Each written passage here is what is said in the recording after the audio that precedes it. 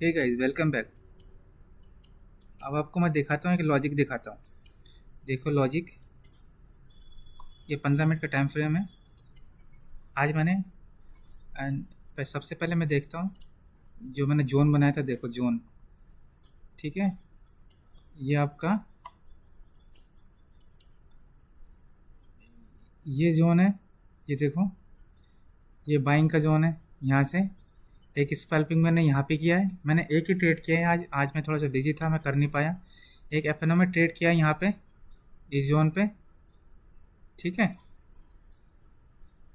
एक जोन पे मैंने स्कैल्पिंग किया। कितने पॉइंट बुक किया मैंने 12 पॉइंट बुक किए कुल। कितना पॉइंट गया ये?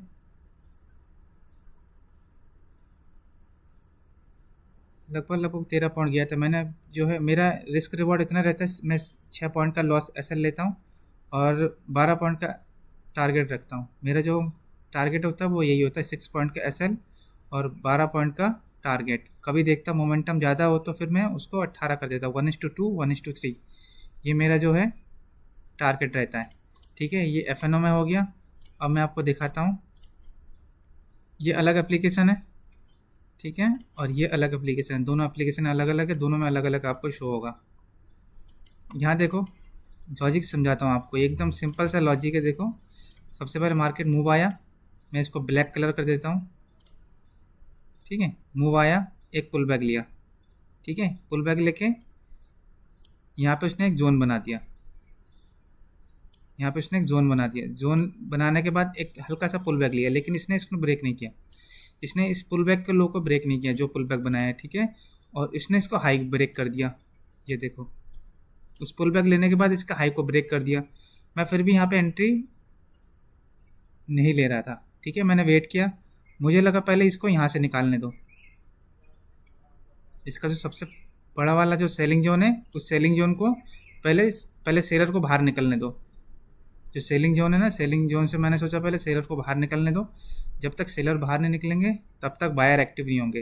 पहले सेलर यहाँ से हटेंगे तब जाके बायर एक्टिव होंगे। तो क्लियरली लॉजिक आपको समझ में आया होगा।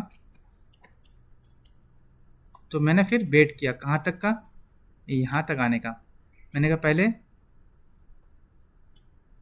पहले जो है सेलर को बाहर निकलने दो। जब सेलर बाहर निकलेगा उसके बाद ही जो है मैं एंट्री करूँगा, नहीं तो कोई फ़ायदा नहीं है एंट्री करके। क्विकली एंट्री बिल्कुल कोई फ़ायदा नहीं है, अनलॉजिक सा होता है क्विकली एंट्री।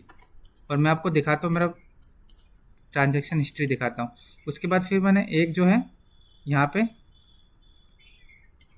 ट्रेड लाइन लगा रखा था कि अगर ये लो आता है, सपोज दैट, मैं आपको हर एक एंगल से दिखाता हूँ कि हर एक एंगल से क्या क्या हो सकता था, ठीक है। मैंने ये 15 मिनट का कैंडल देखा, मुझे अब लगा कि ये अब जो है बायर एक्टिव हो रहे हैं, सेलर जो है अब हट रहे हैं, ठीक है। उसके बाद मैंने एक ट्रेड लाइन यहाँ खींच रखा था, एक ट्रेड लाइन यहाँ खींच रखा था। मुझे लगा था कि अगर यहाँ से जाके फिर अगर आता है तो यहाँ पे आ सकता है, ठीक है। फिर उसके बाद फिर जा सकता है ऊपर को। यहाँ पे मैंने एक आइडिया लगाया था।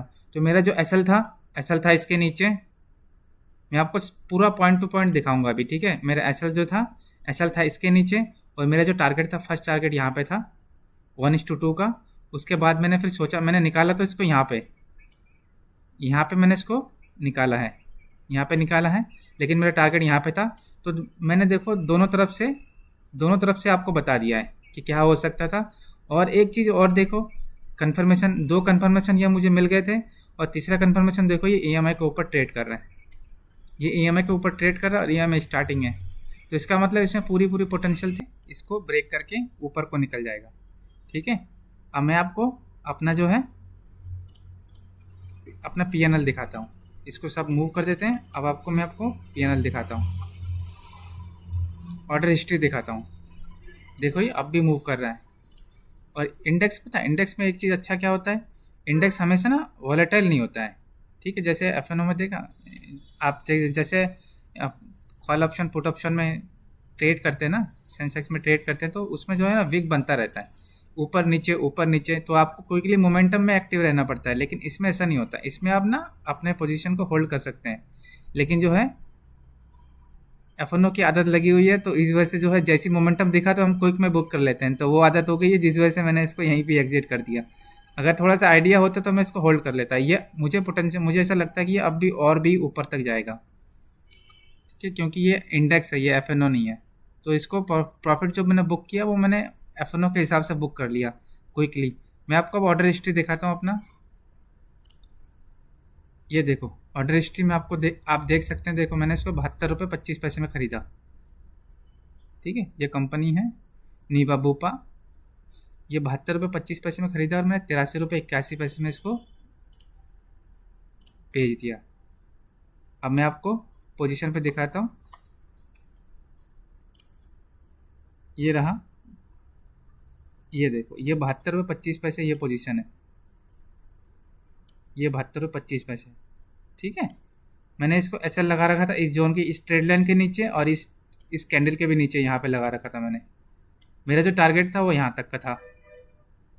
मैंने इसको बुक किया यहाँ पे 73 रुपये 81 पैसे, लगभग यहाँ पे मैंने इसको बुक किया है। और ये अब भी और भी ऊपर जा रहा है।